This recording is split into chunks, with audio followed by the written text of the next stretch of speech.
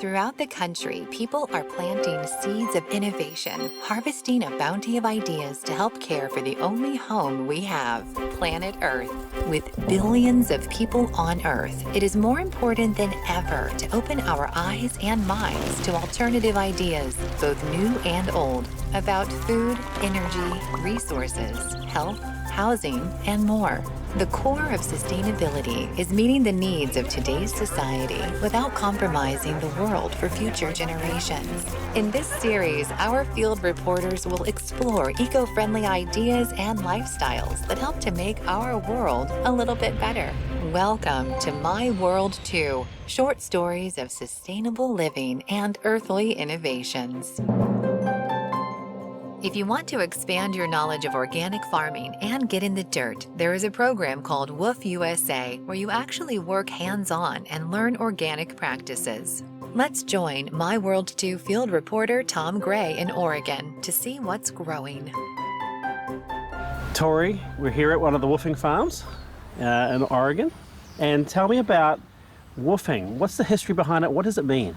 WHOOF actually began, it was founded in the United Kingdom in 1971 by a woman named Sue Capard. She was a London secretary working in the city, and her goal was to get her family and friends and coworkers out of London on the weekends into the countryside, get their hands dirty, and help people learn where their food came from and how to grow it themselves.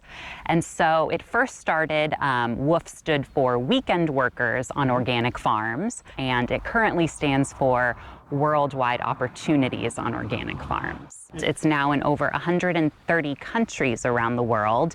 Each country operates its own WHOOF program, and WHOOF USA was founded in 2001. The numbers, how many people are a host in this country and how many different members do you have? We currently have over 2,300 organic host farmers that are a part of WHOOF USA, and we have right around 17,000 woofers that are a part of our organization and are looking to visit farms this year.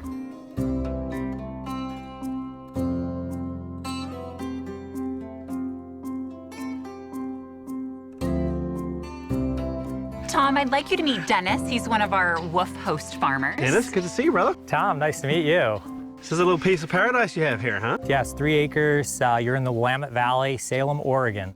We have a little bit of everything. We have some wine grapes, we have some animals, we have a garden. So yeah, we just kind of, grow as much food as we can. We've had about a total of 40 woofers over the past 4 years. We usually do, since me and my wife work, we usually do about 1 week a month. Is kind of what works best for us. It gives me enough time to create a big list of projects, and then I let the woofers kind of choose based on their interest level what they want to work on. So whether it's pruning the grapes, it's taking care of the animals, pulling weeds, planting a garden. So just a plethora of projects they can work on. And how many hours a day are they allowed to work? We usually do about 5 hours a day for 5 days a week is kind of the ballpark. We try to encourage our woofers to, go out, see the area. We got some great Silver Falls Park that's close by. Yeah, our goal when we moved here, we were both kind of working full time, and my personal goal is to see if we could get the farm self-sustaining so we could move here. If we wanted, we could both quit our jobs, pay all the bills, kind of break even, and just enjoy a retirement at early age. We haven't done that yet, but it's definitely an option, which is good to have the option. There's a very wide variety of farms. They offer everything from beekeeping to construction, building straw bale homes, of course, planting, seeding, harvesting, you name it. We like to tell our woofers if there's anything specific you're interested in learning, chances are one of our hosts can teach you about it.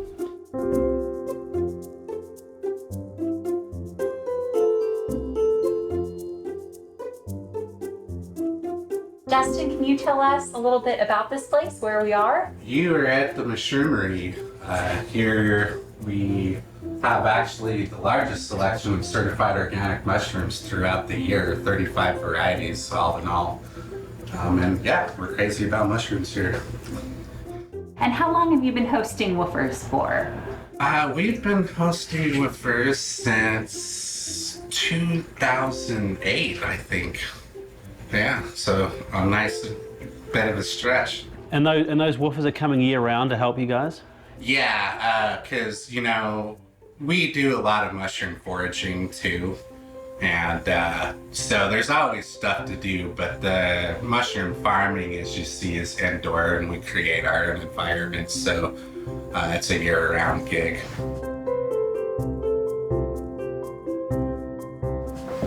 All right, guys, welcome to the spawn room. This is one of the more interesting rooms in the building where we're storing our mushroom cultures. Generally, with mushroom cultures, you're culturing things out, starting from a petri dish. But since they're expensive down here in the country, we just use mason jars. They're great. We're just mixing up agar and malt extract, and the culture actually grows on it.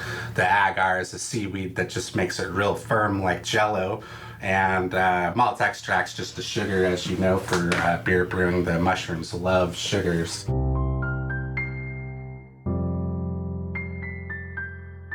Hey, Jennifer. Hi. How are you? Tom. Jennifer. Is he Tori? Nice to meet you, Jennifer. Thank you for having us. Thanks for coming. So we just had a great tour of the up in the buildings and the mushrooms with Dustin. So what do you do down here? So down here we grow all our own vegetable crops, and one thing that I utilize, one of the main ingredients that I use, is from the mushroom barn. It's all the spent substrate we're done growing on. I mix that into our homemade potting soil. Jennifer, what's the benefit that you guys see with having the woofers come to help you out? Obviously with organic there's a lot more labor intensive, so that's pretty good benefit for you guys. Yeah, we get lots of help from them. I love sharing my knowledge and trying to educate people on what we do, so empowering other people to go out and do great things in the world and know how to farm organically and how to use different vegetables they've never used before, or different products, mushrooms, the benefits of mushrooms. Woofing at the mushroomery, I learned all aspects of mycology. I was able to see the beginning stages where we took mycelium, or basically the roots of a mushroom, and allowed it to grow on a food source called a substrate, and then put those in a fruiting chamber to allow the mushrooms to grow, the area parts you would eat or harvest for medicine. And then I got to learn harvesting, how to harvest different types of mushrooms, how to store them, dry them, powderize them, to then take to market to sell. And it's a non-profit, correct? Yes, WHOOF USA is a nonprofit organization, and our mission is to help connect anybody who is interested in learning about organic farming or gardening with experienced farmers across the country. And we promote an educational and cultural exchange with the goal of really building a global community that's conscious of ecological farming practices. That's amazing. And if a woofer has a really good experience at a farm, can they go back time and time again to that same location? We have woofers who return to the same farms every single year, over and over. We have some woofers who visited farms and never left, or decided that that's the community that they want to start their own farm in and have done so and are now hosting woofers of their own. So absolutely, we have people who've created lifelong friendships through the program. As a graduate of horticulture, Ashley Skinner with My World 2 focused her research on improving urban food systems, which is a critical issue in many cities. Let's join Ashley in the heart of Kansas City at a nonprofit facility growing herbs, raising fish, and inspiring inner city youth. Hi, Dre. How you doing? I'm so excited to get to come here and volunteer. Welcome, welcome. So tell me about Nile Valley Aquaponics. How did it get started? Well, Nile Valley Aquaponics, we've been here in 3 years. So the location that we're at is on 29th and Wabash, one block off the famous street, Prospect Avenue. It's a blighted community, lack of economic development, and so we want to kind of bring some economic development to an area that's been, disenfranchised for, a lot of the time that the residents have been here. So this essentially is the urban core. It's right in the heart of the urban core in Kansas City, Missouri. So what are the challenges in the urban core when it comes to food security? One of the challenges is having access to healthy food. When you think of food, what is food? We have in this maybe 2 mile proximity, liquor stores, fast food places, so we don't have access to healthy food that's going to help our bodies and be more nutritious for us to eat. And so that's pretty much the main issue, is having access to it. And so getting back to growing in the dirt is what we're trying to accomplish here in Nile Valley. So what is the educational goal of Nile Valley? To empower and educate as many kids and people as possible on understanding where their food is coming from and understanding how to grow food. And it got away from learning how to grow our own food, and with the global warming and the lack of water is going to be in the future, I think this is going to be key. Getting as much education out there and growing the most nutritious foods you can possibly grow. It's economic development, it's economic freedom, and it's also been health beneficial as well. So I noticed you have a lot of produce out here. So what is the purpose of these raised beds outside of your property? It's free for people to live around the area, so they get off the bus stop, they live around the corner, the neighbors, they come here and they're able to pick free food, healthy food they might not have access to in other places. So it's more of a community type aspect. We don't have to worry about anybody breaking in because we have free food on the outside, so it acts as a double shield, like a security system. We have green beans, we have jalapeno peppers, we have regular bell peppers, we have cilantro, cabbage, lettuce, and some other things we have here. So I'm very, very familiar with raised beds, but I really want to get to see the aquaponics facility. Can we go? Yes, let's go check it out.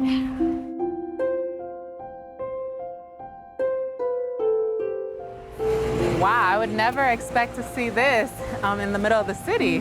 Right, neither does anybody else who comes here. Wow, so this is it. Yes, this is our aquaponics system where we grow fish, tilapia, and vegetables inside of our system. So what's the difference between hydroponics and aquaponics? Hydroponics is usually vegetables and some kind of liquid fertilizer. Aquaponics is fish and vegetables using the fish waste as a fertilizer. So there's the difference between the two. I see you have a lot of yummy basil. Yes, we have the basil here in our floating rafts, and so these are actually floating on the water here. And their root system is able to drink the water from the fish waste. So we pump the water up to the top level up there, and the water comes down in that section there, and it goes down there, it comes down in this section, and then back to the fish as a cleaner water. And so there's a whole nitrification process where all this takes place at. We have about 50,000 gallons of water in here. Our tanks are 6 feet deep, 4 foot wide. We have two 20,000 gallon tanks and one 10,000 gallon tank. So we have close to about 25,000 tilapia inside of this tank here. And so we feed our fish, the fish poops and pees, so we have to clean the water up. The water gets pumped up, and as it goes through the gravel and it goes to our raised beds, we have floating rafts. It provides nutrients to our vegetables are able to grow. And the water comes back to the fish as a cleaner water. So it's a self-circulating system using 90% less water than traditional farming. So I'll show you my patented system here. So we have an integrated system to feed our tilapia, one of the first of its kind to feed our fish naturally. So inside of here we have a space where we're breeding and rearing black soldier fly larvae. Black soldier fly larvae is about 40% protein, 30% fat. It also has a natural antibiotic in them that the medical industry uses for certain illnesses. So inside of this bed here, we have close to maybe 1.5 million black soldier fly larvae inside of here. So it's one of the largest black soldier fly facilities in the country. So you are really innovating the food system, because I've never heard of using black soldier flies in a hydroponics system. Yeah, this is one of the first of its kind where it's an integrated system. Not only is it being able to reduce our cost on fish feed, which is mainly about 60% of your cost anytime you're growing chickens, cows, pigs, whatever it is, you're reducing that cost, and you're also reducing the carbon footprint by growing your own food, your fish food, and people know where the food is coming from that they're feeding their fish. Wow. And so it's a lot of education, information, science, biology, chemistry, all built in. And so this is part of the education that we do here at Nile Valley Aquaponics. You should teach one of my classes. I don't know about that.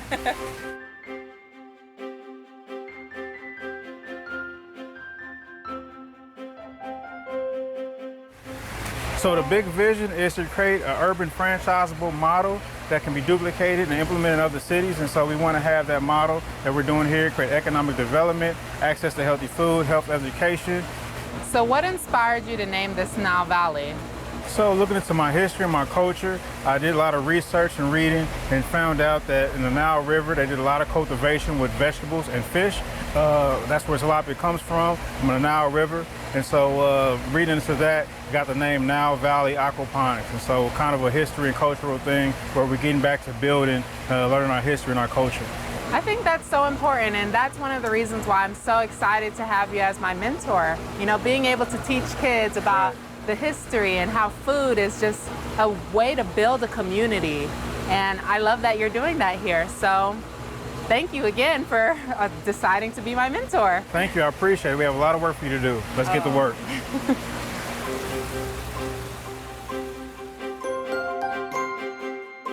In the heart of America on large-scale farms is the birth of a technical revolution in the way weeds are controlled without the use of chemicals. Let's meet up with Nick Schmidt's My World 2 field correspondent at Greenfield Robotics. I'm Clint Brower, and we're Greenfield Robotics. We're in Cheney, Kansas, which is in south central Kansas next to Wichita. And the goal of this company is to remove chemicals from farming and food. All right, Clint, well, here we are, the world headquarters of Greenfield Robotics. Yeah, this is great. I get a real Wright brothers vibe.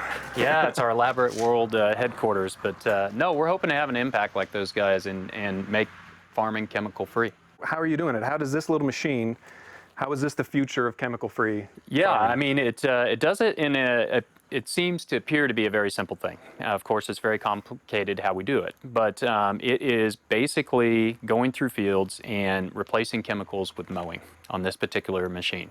And that's what we're doing. They're going through and they're cutting weeds repeatedly in corn, soybeans, milo, crops like that.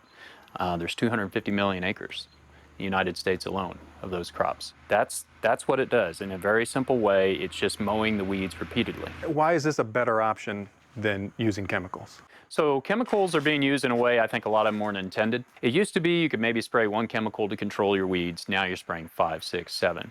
And the costs are getting out of control, one, for the farmers. So it's becoming a highly variable cost at a time when margins are pretty thin for farmers. The second thing is when you're spraying all these weeds, they're chemicals.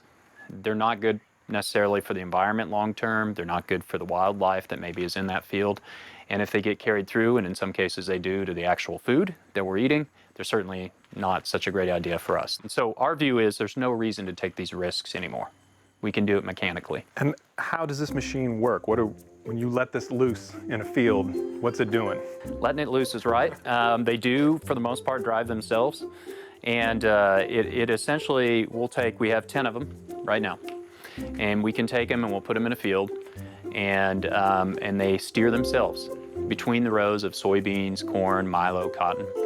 And they cut those weeds as close as we can get to the actual crops. And they do it repeatedly. And so an example of a weed is pigweed. Because a pigweed can grow very quickly to be this big a diameter. Imagine putting that through your harvester, right? It doesn't work very well. So that's problem one that we solved. Problem two is if they're about a foot tall or more, chemicals basically don't work. You might think they work, you spray them, but then they come back out of it and they start regrowing. What technologies are being applied here? How does it know where to go? How does it know the difference between a weed and, say, a stalk of corn? Yeah, so there's three things that happen here. One is we go to the edge of the field and we have a mobile station. And this thing, we create our own internet. And so we can stream video back onto a laptop or tablet, whatever it is, and we can watch what's going on. It streams the video back through this camera of what's happening in the field, and we can control it. So the second thing we added is this is RTK GPS. So that means it can be precise within 2 centimeters. And so we fly a drone and we capture that those images using RTK GPS, coordinate it with this, and basically we kind of know where those rows are at that point. That tells it where to turn, and it also kind of is a backup thing in case the machine vision fails, which is the main thing. So this camera right in here has a processor built in, and we've written a ton of code. Stephen has written most of it, our CTO, and that code basically has learned, and Stephen's taught it, how to recognize those rows and what to ignore and what to pay attention to, and drives itself. So it's making every second 10 to 20 decisions on where to steer. So is that similar technology to like a self-driving car? Self-driving car is a lot more complicated. right? So one of the nice things we have, and the reason we thought we could start with something very simple and build from there, was fields are pretty standard in farming. So you have sort of rows, and they're planted mostly a certain way. It's not like driving down a highway and who knows who's doing what, and cones and weird construction sites and all this weird stuff. Those are very, very hard problems to solve. Our problem is very hard too, but not quite that elaborate to start with. And so we have those structured rows, and so we can look for very specific things to make it work. Let's pop this hood, see what's going on in there. Let's do it. Sounds good. I'm gonna need your help though. This lid is pretty heavy. There we go. That is heavy. I take it that's the batteries. Yeah, that's right. There's about 30 pounds of battery there. And how long does 30 pounds of batteries get you? About 8 hours. It's 3 kilowatt hours battery power, so it's a lot. Okay. And how much can one of these bots do in a day? The goal is, we're not quite there, but about 10 acres a day per bot in about 10 hours. Okay, excellent. And what's going on? That looks like a pretty big brain. Yeah, all kinds of stuff. Actually, the brain is up here. So the brain is sending the signals down here, and these things basically modulate the signal and decide how fast various things are going. So how fast does it turn? How quickly does it react? And it's monitoring where it is in relation to other things and the speed of the blades. And then it's sending signals back to us, letting us know when things break. It's never the things you think that are going to break that break. Right. You know. Right. Well, that's why you field test. Yeah, that's right. Yeah. Speaking of, you want to check it out? Yeah, absolutely. All right. All right. Sounds good.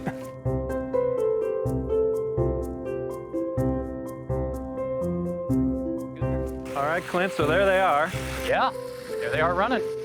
That's pretty amazing. So if I'm understanding correctly, these bots are driving themselves right now. Yeah, that's right. They're using that orange camera at the top and the processor in there to read the rows and tells it how to steer autonomously. Wow. Now, are they being monitored by anybody? Yeah, definitely at this early stage in our company, they're being monitored. All right. Where does that happen? Edge of the field. We put a air-conditioned trailer that we built, and so they're in there with computers and stuff to monitor. All right, can we take a look? Yeah, let's do it. Oh, awesome.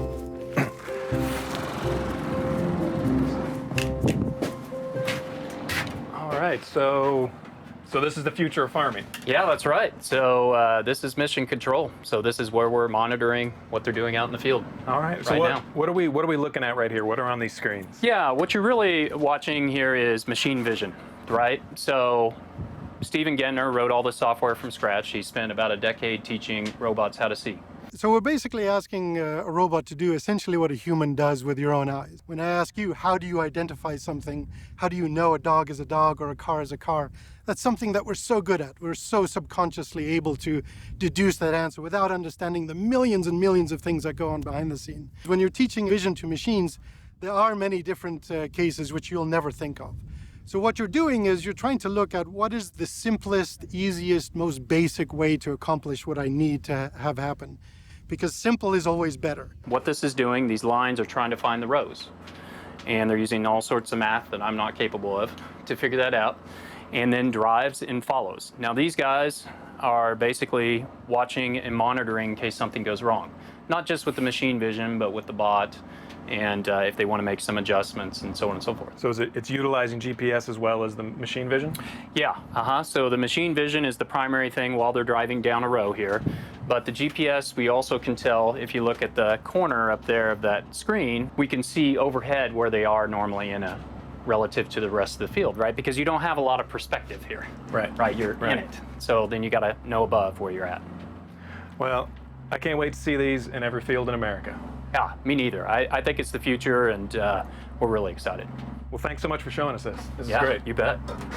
What we're doing is to change farming, period, across all sectors, but starting with the one that has the most acres, broad acre. And broad acre are your big fields. When you think of a farm, you think of the corn farm, you think of the soybeans, huge open spaces. That's where we're starting, because that's where the biggest impact is. This is what's going to be the future. This is entirely, robots will be in every field, in every country, all around the world. There's no question. The question really is when. And this is not just in grains, not just in legumes. We want to do this across all forms of agriculture.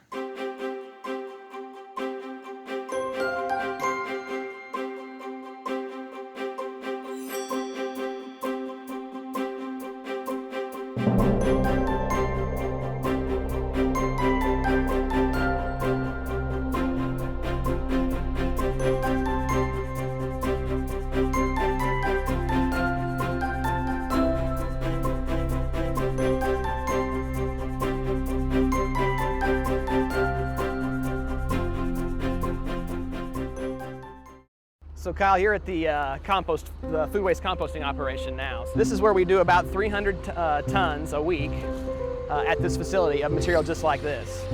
And we figure in Kansas City, we're only doing somewhere between 5 and 10% of that food waste that's out there. That's incredible. Yeah. This all comes from local grocery stores? So this is all coming from local grocery stores, restaurants, cafeterias, just about, well, we got about 250 customers altogether. So we're collecting in trucks, on routes, source-separated food waste. We are at Juniper Gardens Training Farm in downtown Kansas City, Kansas, which is the home of the New Roots for Refugees program, where we work with 16 families every year to grow on a quarter-acre piece of land and then grow and sell that to the Kansas City area. Here at Juniper Gardens Training Farm, we focus on growing following organic standards. We aren't certified organic because there's a lot of financial barriers and then also barriers in terms of record keeping, but all of the produce that's grown here is grown following organic methods. Can you tell us a little bit about the plastering process? What do you guys use? We start with an earthen plaster, which is essentially sand, clay, some straw. It's just like cooking, you have to have the right ratios.